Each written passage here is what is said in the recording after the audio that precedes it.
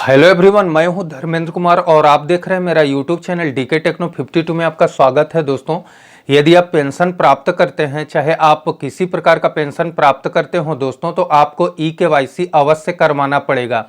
और उसको सरल कैसे बनाएंगे दोस्तों, और आपका पैसा न रुके, चाहे आप विधवा, वृद्धा, विकलांग, कुष्ठ या दिव्यांग पेंशन लेते हो दोस्तों, तो गवर्नमेंट का गाइडलाइन है कि आप 365 दिन एक वर्ष में आप अपनी ई-केवाईसी अवश्य कराएं, नहीं तो आपका पेंशन रुक जाएगा।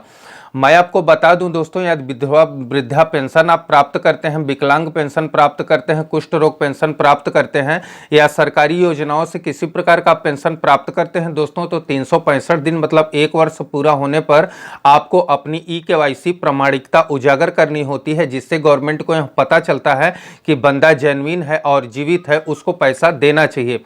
अब आप ई-केवाईसी कैसे करेंगे दोस्तों, दो तीन कारण है कि आपका पैसा होल्ड हो जाता है।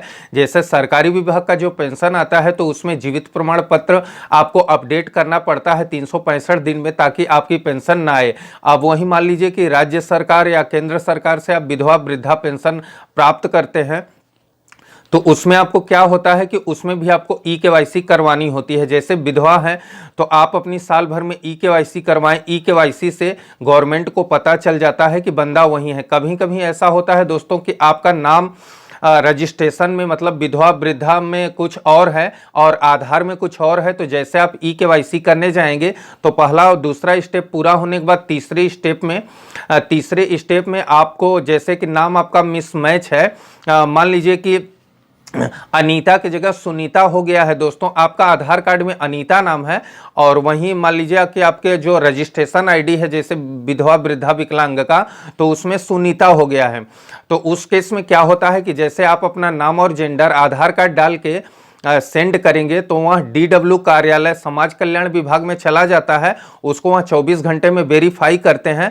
तो उनको यदि लगेगा कि नहीं सुनीता ही अनीता है या अनीता ही सुनीता है, तो वह आपको मैसेज कर देंगे कि अब आप अपनी आधार प्रमाणिकता कर पाएंगे। यदि उनको लगता है कि नहीं इसमें कोई गड़बड़ है, तो वहीं पे आपका फॉर्म लॉक कर देते हैं।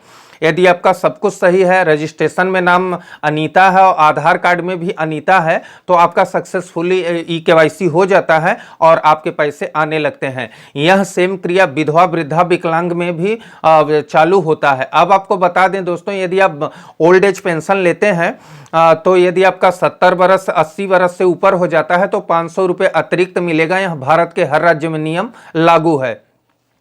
वहीं यदि आप दिव्यांग पेंशन लेते हैं दोस्तों, तो दिव्यांग के लिए एक नया अपडेट आया है कि यदि उनका दिव्यांग प्रमाण पत्र डिसेबिलिटी सर्टिफिकेट जो है उसको वह पुराना वाला अब नहीं चलेगा। अब उनको यूडीआईडी कार्ड मतलब यूनिक डिसेबिलिटी आइडेंटिफिकेशन करवाना होगा दोस्तों, और उसको अपने रजिस्ट्रेशन में मतलब दिव्यांग पेंशन में अपडेट भी कराना होगा।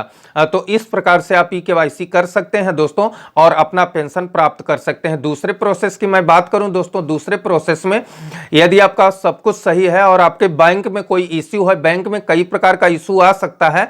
जैसे 6 महीने के लेन देन के अभाव में मतलब लेन देन नहीं करते हैं तो भी आपका पेमेंट रुक जाएगा, क्योंकि आपकी ई-केवाईसी की वजह से खाता फ्रीज हो जाता है।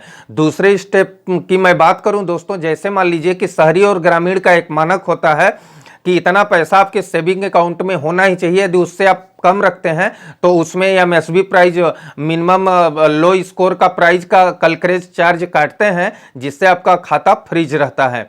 अब वहीं आपको बता दें दोस्तों, डीबीटी एनपीसीआई लिंक नहीं है तो भी आपका पैसा नहीं आएगा। यदि आपके बैंक में आधार लिंक नहीं है तो भी आपका पैसा नहीं आएगा। तो आई होप कि आपको डाउट क्लियर हो गया होगा दोस्तों। इसी तरह का इंटरेस्टिंग वीडियो देखने के लिए हमें सब्सक्राइब करें और वीडियो को लाइक करें ताकि हेल्पफुल कंटेंट सबसे पहले आपको मिले। मिलते हैं नेक्स्ट वीडियो में, हमें इजाजत दीजिए। धन्यवाद।